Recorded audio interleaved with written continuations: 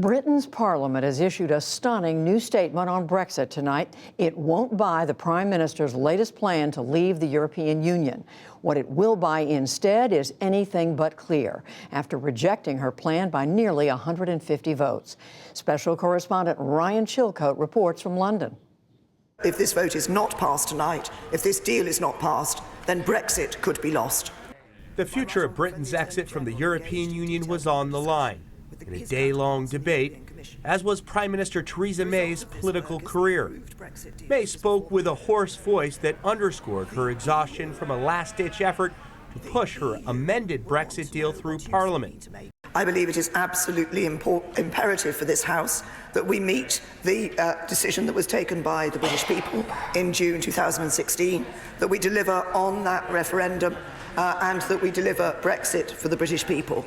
Her original Brexit plan suffered a resounding defeat by a historic margin back in January. The ayes to the right, 202. The noes to the left, 432. With that weighing on her mind, the Prime Minister made an 11th-hour trip to Strasbourg, France last night to seek new concessions from the European Commission's president. They reached legally binding changes on one of the deal's main sticking points, the so-called Irish backstop, that would ensure the border between EU member Ireland and the United Kingdom's Northern Ireland remains after Brexit. Britain's objective: for the UK not to be tied to the EU and its trade rules indefinitely, should they be unable to agree on the nature of their future relationship. Right now, the border between Northern Ireland and the Republic of Ireland is all but invisible. That means cars and goods can cross freely.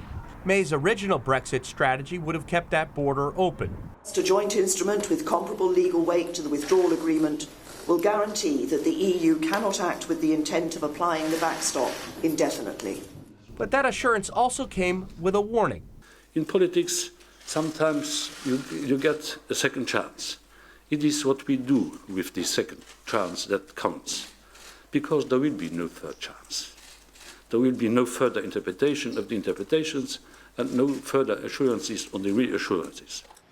Then, this morning, Britain's Attorney General Geoffrey Cox took the wind out of May's sails, issuing a legal assessment that the changes reduce but do not eliminate the risk the UK could remain trapped in a trade union with the EU. The question for the House is whether, in the light of these improvements, as a political judgment, the House should now enter into those arrangements. However, the matters of law affecting withdrawal can only inform what is essentially a political decision that each of us must make. The magnitude of that political decision fueled passionate debate in Parliament. The Honourable Gentleman's a cheeky chappy, chortling and chuckling away from a sedentary position, but it's been made perfectly clear the Prime Minister's not giving way. Opposition Labour Party leader Jeremy Corbyn was among those who rejected the deal.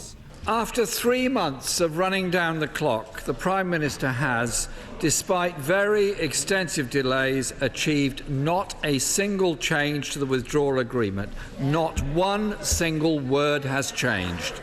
Opponents again zeroed in on the so-called Irish backstop. If in December 2020 alternate arrangements aren't found for the backstop, we will have a Hotel California Brexit where we'll have checked out, but we won't be leaving. Critically, many of May's own allies, like Northern Ireland's Democratic Unionist Party, refused to support the divorce agreement. With her coalition crumbling around her, Prime Minister May's Brexit strategy failed to win passage. The ayes to the right, 242. The noes to the left, 391. So the noes have it, the noes have it. Unlock! This evening, Prime Minister May voiced her own frustration after the fateful vote. I profoundly regret the decision that this House has taken tonight. I continue to believe that by far the best outcome is that the United Kingdom leaves the European Union in an orderly fashion with a deal. As for the European Union and its leaders, they're saying, look, there's been months and months of negotiations. The UK decided to leave the European Union 2.5 years ago. They're holding firm and they're saying they're not going to renegotiate the terms of the UK's exit from the EU. Judy? So, Ryan, what a spectacle. Tell us what's next.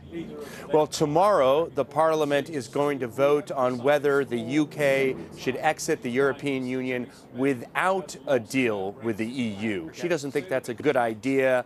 That said, that there are people who support Brexit that think it's a good idea, that actually the UK would have more autonomy to pursue the kind of trade deals it would like to pursue. Now, if that doesn't get supported, if the parliamentarians say, no, we do have to have a deal, then on Thursday they'll have another vote where they'll be asked whether the deadline, the March 29 deadline when the UK is supposed to leave the EU, whether that should be extended, pushed back. So two more votes coming quite possibly this week. And so, Ryan, I know there are a number of directions this could go, but what are the options after that?